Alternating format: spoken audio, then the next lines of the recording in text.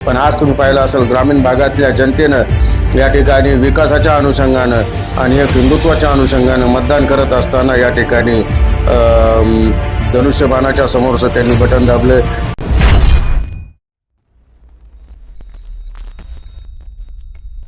गोवे टाकळी या सर्कलमधून शिवसेना शिंदे गटाकडून सुचिता आनंद भोरसा या विजयी झाल्या। आपल्यासोबत भाऊ आहेत। भाऊ, गुलाल तुमच्या अंगावर आहे, पहिलं रिॲक्शन काय तुमचं?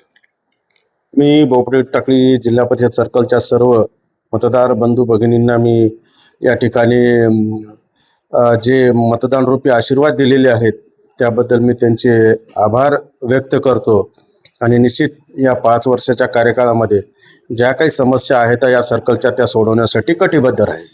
भाऊ, आम्ही भाऊ लागलो तुम्हाला पाडण्यासाठी। खूप जिल्ह्यातले सगळे मोठमोठे नेते एकवटले होते। बोबडी टाकळीमध्ये पैशाचा महापूर आलता, तरी तुम्ही त्या महापुरातून तुमचा विजय खेचून आणला। तुम्हाला काय भावना आहे तुमच्या? नाही, या ठिकाणी माझ्या कुणीही ठीक आहे, विरोधकांची भूमिका जी होती ती त्यांनी पूर्ण केली, पण महायुतीच्या अनुषंगानं आणि युतीच्या अनुषंगानं मला सर्वांनी सहकार्य केलेलंच आहे। भाऊ, पालकमंत्र्यांनी आणि जिल्ह्यात ग्रामीण सुरेश भुमरेंनी युती केली, तिथं परत त्यांनी युती तोडली। तुम्ही युती तुटल्यानंतर तुम्ही सामंजस्य भूमिका घेतली, तुम्ही युतीवर कायम राहिले। तुम्ही झरीमधून फॉर्म मागे घेतला, तुम्ही कुंभकर्णमधून फॉर्म मागे घेतला, पण तुमच्या विरोधातले फॉर्म भाजपनं मागे घेतला नाही, तरी तुम्ही युती टिकवायसाठी खूप प्रयत्न केले। तुम्हाला कुठं वाटतं का भाजपनं याच्याकडे तुम्हाला कुठं प्लॅन करून संपवायचा प्रयत्न करू लागले भाजप? नाही, जे काही केलं त्यांनी ते माझ्या फायद्यासाठीच केलेलं आहे। मी त्या अनुषंगानं भारतीय जनता पार्टीचे जे परभणीचे जे नेते आहेत त्यांच्या आणि जिल्हाध्यक्ष त्यांचे आभार व्यक्त करतो। आणि मला कधी भारतीय जनता पार्टीचे म्हणजे त्यातली त्यात आमचे बोर्डीकर साहेब असताल आणि वरपुडकर साहेब असताल, यांनी कधीही मला संपवण्यासाठी असं काही कोणत्या या गोष्टी केलेल्या नाही। आणि पालकमंत्र्यांनी सुद्धा कोणत्या गोष्टी या ठिकाणी परभणीमध्ये माझ्या बोबडे टाकळी सर्कलमध्ये असं कोणत्या प्रकारचं काम केलेलं नाही आहे। निश्चित त्यांनी जे केलेलं आहे त्याचा मला फायदाच झालेला आहे आणि त्यांच्या अनुषंगाने मी त्यांचे आभार व्यक्त करतो। परभणी महापालिकेत महायुतीला जशा प्रकारे बहुमत मिळायला पण त्याच्यामुळे बहुमत भेटलं नाही, पण जिल्हा परिषदमध्ये जवळजवळ महायुतीला बहुमता जवळजवळ आकडा गेला नाही। सातत्यानं आम्ही तुम्हाला तेच सांगतोय की महानगरपालिका असेल की जिल्हा परिषद असेल त्यावर महायुतीचाच या ठिकाणी भगवा फडकल अशी आशा व्यक्त केलेली होती। ते महानगरपालिकेला झाले त्या गोष्टी विसरून जायचं। जिल्हा परिषदला आता या आलेल्या गोष्टीची संधी आणि आलेल्या गोष्टीचं या ठिकाणी परभणी जिल्ह्यासाठी सोनं कसं करून घ्यायचं याच अनुषंगानं महायुतीच्या घटक पक्षासोबत आम्ही राहू। तुमचा विधानसभेला पराभव झाला, त्याच्यानंतर लोकांचं असं म्हणणं होतं की आनंद भोरसे यांना गुलाल लागणार नाही म्हणे, शेवटी तुम्हाला गुलाल लागला। बोबडे टाकळी ही झाकी आहे। 2029 ची विधानसभा अभी बाकी आहे का? मला महानगर या विधानसभेला 2024च्या अनुषंगानं तुम्ही पाहिलं असेल की मी 338 बूथपैकी फक्त 80 बूथवर मी मायनस होतो।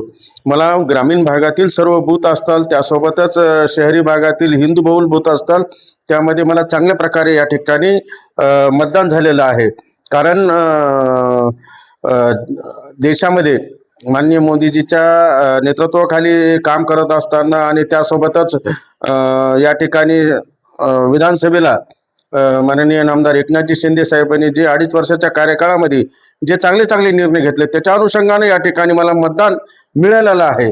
आता माननीय देवेंद्र फडणवीस साहेब ज्यावेळेस म्हणले की अशा काही भागामध्ये जे असं मतदान झालेलं आहे, ओढ जहाजचे जे प्रकार झालेले आहेत तसाच ओढ जहाजचा प्रकार या ठिकाणी परभणी विधानसभा मतदारसंघामध्ये झाला आणि त्या अनुषंगानं या ठिकाणी माझा पराभव झाला।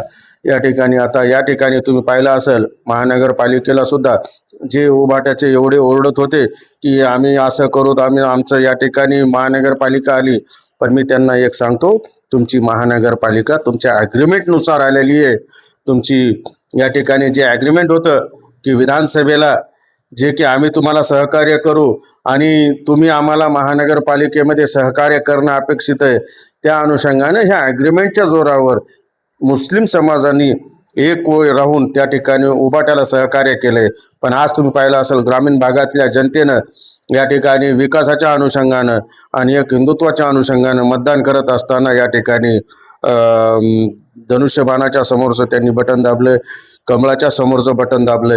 हे सर्व प्रकार एक या ठिकाणी विकासाच्या दृष्टिकोनातून पुढचं पाऊल म्हणून या ठिकाणी झालेलं आहे. ही सुरुवात झालेली आहे.